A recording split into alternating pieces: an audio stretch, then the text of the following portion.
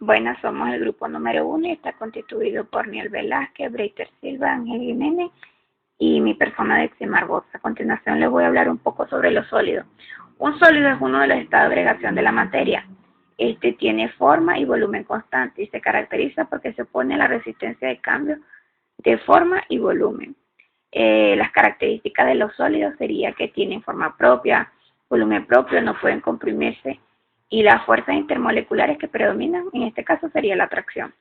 Las propiedades serían la elasticidad, la fragilidad, la dureza, la forma definida, la alta densidad, la flotación, la inercia, la tenacidad, la maleabilidad y la ductibilidad.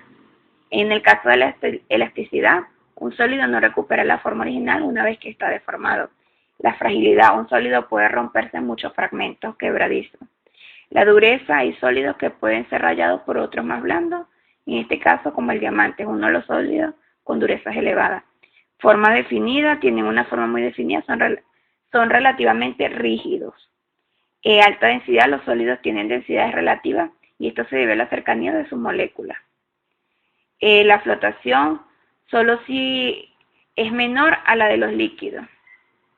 La inercia es la dificultad o la resistencia que oponen los sólidos para cambiar a estados de reposo. La tenacidad es la resistencia a la que oponen a los materiales que se propagan en fisuras o grietas. La maleabilidad es la propiedad de la materia que presentan los cuerpos a ser labrados por deformaciones. La ductibilidad se refiere a las propiedades de los sólidos de poder obtener hilos de ellas. Por otra parte, existen diferentes tipos de sólidos. Los cristalinos poseen orden tridimensionales. Los amorfos no poseen orden definido. Los sólidos cristalinos pueden ser, por ejemplo, pueden ser una estructura de orden particular, y un ejemplo de esto serían los cloruros de sodio, los sulfatos, los carbonatos y los metales.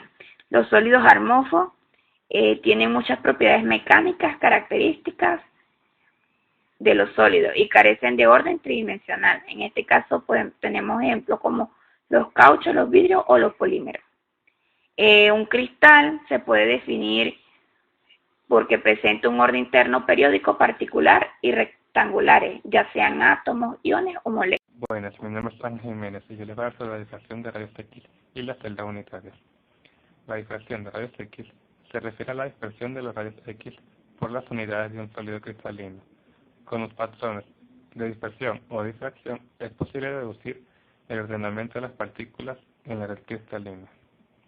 Dado que los rayos X son una forma de radiación electromagnética, cabe esperar que manifiesten un comportamiento ondulatorio en condiciones adecuadas, debido a que la longitud de onda del rayo X es comparable con la magnitud de la distancia que hay entre los puntos reticulares en un cristal. La red sería capaz de diferenciar los rayos X. Un patrón de difracción de rayos X es consecuencia de las interferencias en las ondas asociadas a los rayos X.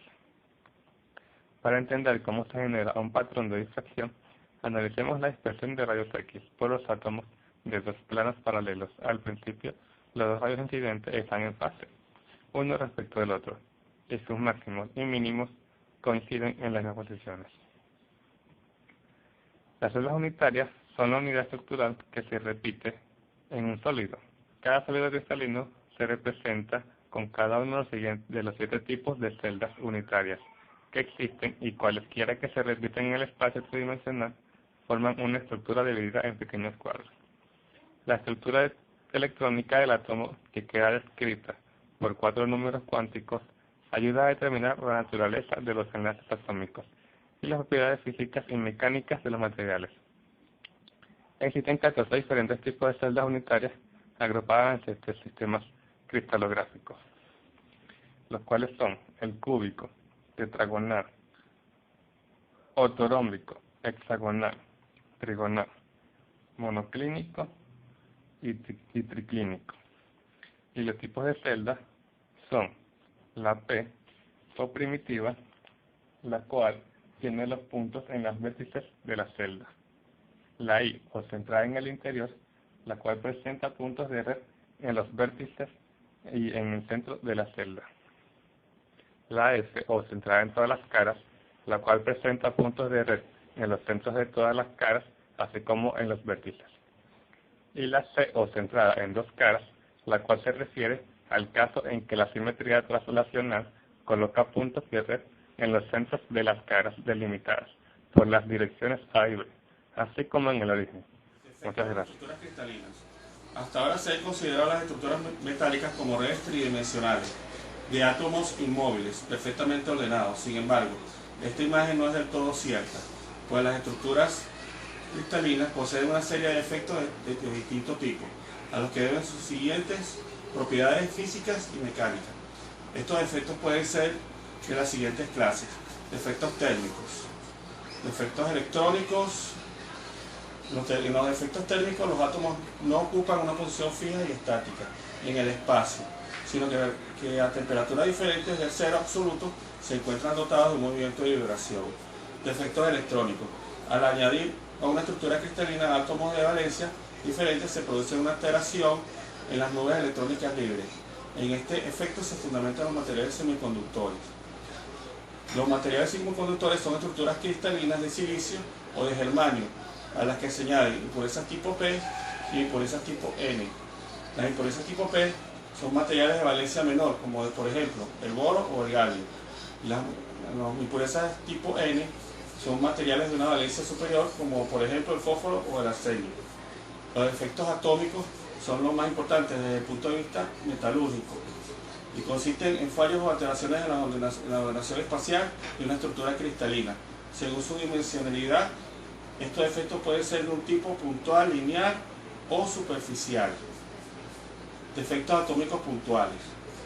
Las dimensiones de un efecto de tipo puntual son aproximadamente las de un espacio interatómico. Los efectos puntuales más simples son los siguientes: átomos interciales son átomos situados en un punto que no pertenece a la red. En el apartado anterior se estudió la existencia de distintos tipos de huecos. En las estructuras atómicas más usuales sean huecos donde se situarán los átomos intersticiales. Lugares vacantes o lagunas son puntos de la red vacíos en los que no se encuentran átomos alguno.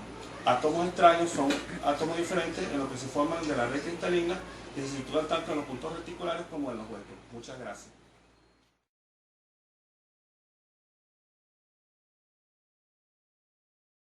Buenos días, mi nombre es Breiner Silva. Yo les voy a hablar sobre los defectos lineales, los tipos de defectos, los metales y los no metales.